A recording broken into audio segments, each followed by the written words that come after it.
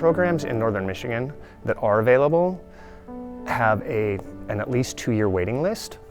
This isn't even starting to nitpick about learning styles, curriculum, anything like that. It is just, can you find somebody to watch your kids?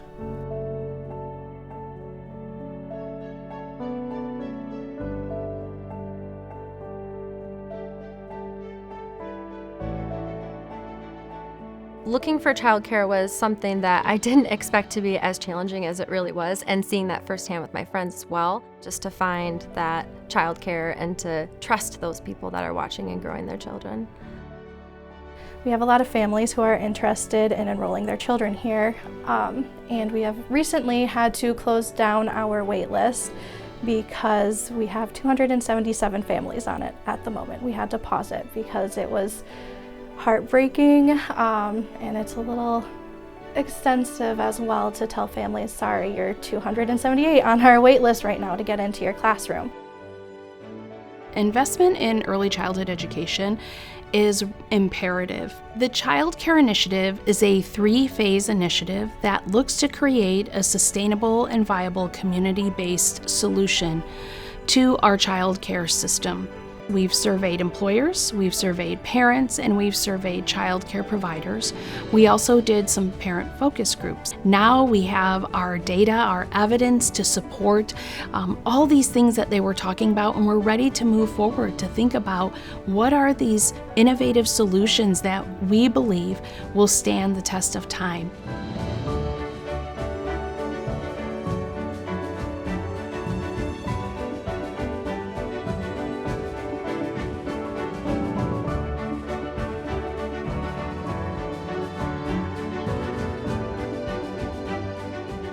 The program that we have helped support at North Central Michigan College is deeply rooted in the community. It's informed by the community, it's supported by the community, and it is intrinsically local to what that community needs at this time. It is tri-sector. We believe that in order for deep systemic change to take root and keep going, we need the public, the private, and the nonprofit sector all rowing in the same direction. The Chamber really felt that getting involved in these childcare conversations was critical to the development of our workforce, the development of our economy. We say that all things have economic development tied to them, and there is no line between business and social issues. We became instantly involved with Jen and the team at NCNC and the Childcare Initiative on the Advisory Council, and it was a great space for us to use that voice of business and to relay back what we were hearing from employers. Employers understanding that childcare is a challenge to their workforce and educating them on ways that they have an opportunity to overcome those obstacles by working with us and with all the partners that are a part of that childcare initiative that is, I think, going to be a game changer for Emmett County in the future. I think we have seen historically parents push back on childcare providers. But what we really need to do, and what I've long advocated for and was often shut down prior to the pandemic, is we need to engage employers and thinking about the role they play in supporting childcare, beginning to view it much like healthcare as a need. So we have to move that lever, as uncomfortable as that space may be.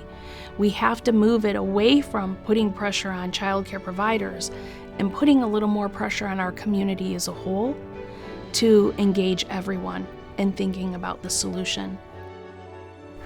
We got on 4 different lists in the area, and we waited and called back and waited and called back.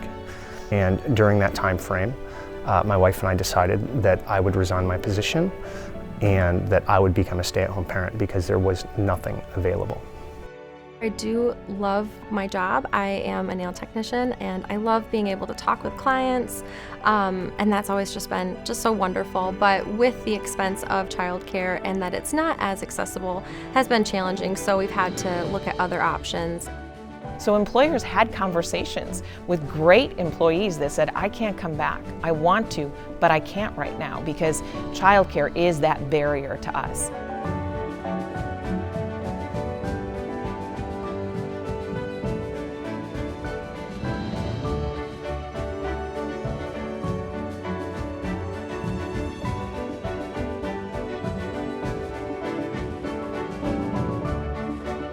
Without the grants that we received from COVID funding these past couple of years, we would not have broke even. So we're really having to revisit our financial plan, and it's ultimately looking like we're going to have to increase our prices, which breaks my heart, and I could start crying because it's a big cost to families, and I really don't want to put that burden on them.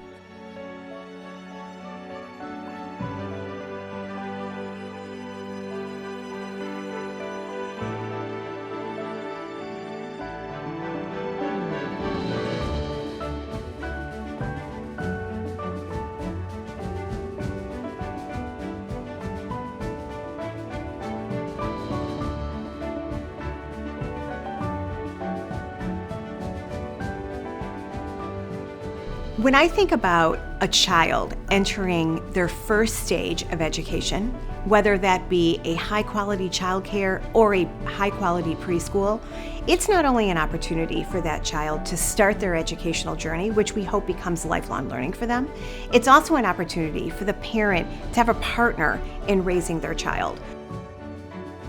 The community here in Emmett County is becoming so engaged in wanting to find very creative, innovative solutions to building a community-based childcare system. We have been able to engage employers, parents, childcare providers, really everyone in this conversation. Progress takes time, and even though these are crisis states for a lot of people and a lot of families and a lot of employers, we've made strides, and so we have to just keep pushing forward because there is success in sight, especially when you have great partners working together.